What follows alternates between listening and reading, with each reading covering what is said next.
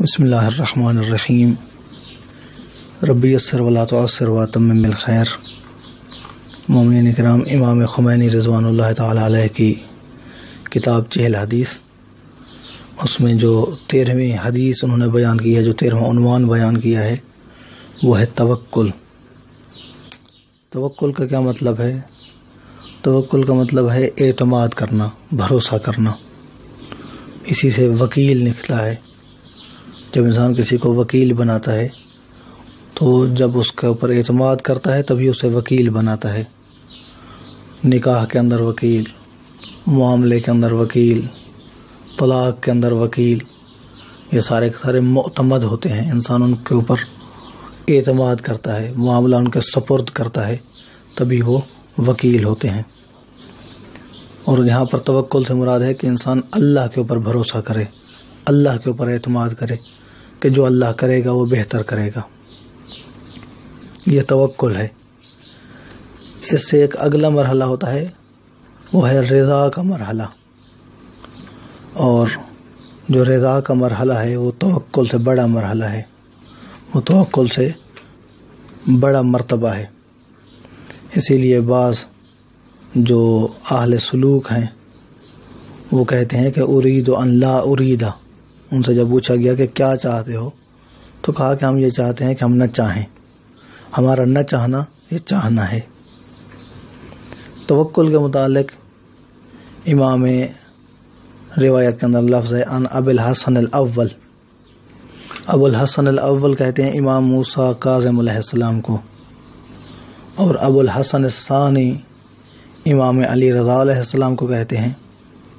ابو الحسن الثالث امام علی نقی علیہ السلام کو کہتے ہیں۔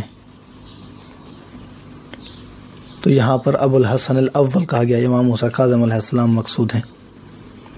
لفظ ہیں کہ ان ابو الحسن الاول علیہ السلام قال سألته عن قول اللہ عز وجل ومن يتوکل علی اللہ فهو حسبہ۔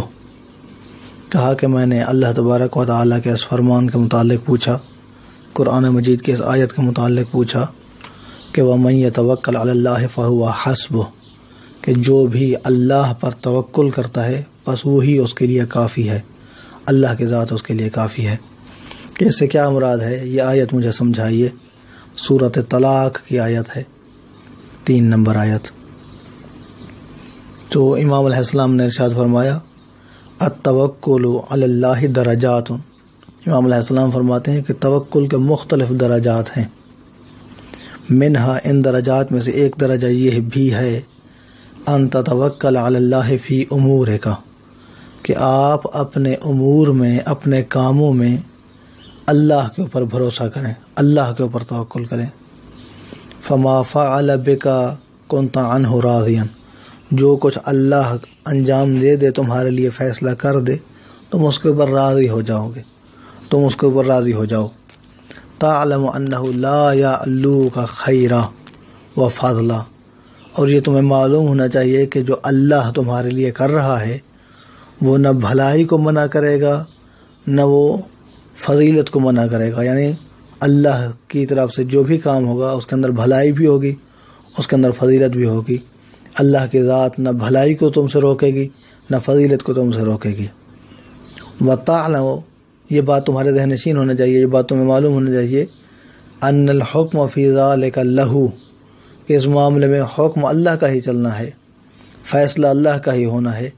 تو جب معاملہ اللہ کے سپرد ہے، توکل اللہ کے اوپر ہے، تو پھر اللہ جو فیصلہ کرے اس پر راضی ہو جاؤ۔ فتوکل علی اللہ بتفویض ذلک الیہ، تو اس حوالے سے اللہ کے سپرد جو کچھ بھی کیا ہے اس کے اوپر پھر اعتماد کرو، توکل کرو۔ وَثِقْ بِهِ فِيهَا، اور ان تمام چیزوں کے اندر اعتماد رکھو اللہ کے اوپر۔ وَفِي غَيْرِهَا، اور اس کے علاوہ بھی جتنا دیگر امور ہیں ان تمام امور میں اللہ پر اعتماد رکھنا یہ توکل ہے۔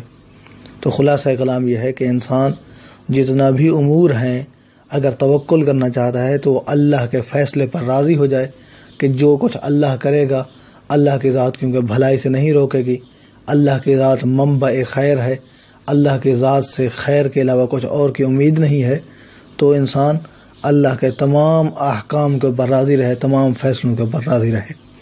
دعا ہے کہ اللہ کی ذات ہمیں توکل کی اچھی صفت پر عمل کرنے کی توفیق عطا فرمائے۔ اپنا بہت سارا خیال رکھیے گا۔ محمد نقی جسکانی کو حوزہ علمیہ نجف اشرف سے شیعہ پوائنٹ سے اجازت دیجیے۔ والسلام علیکم ورحمۃ اللہ وبرکاتہ۔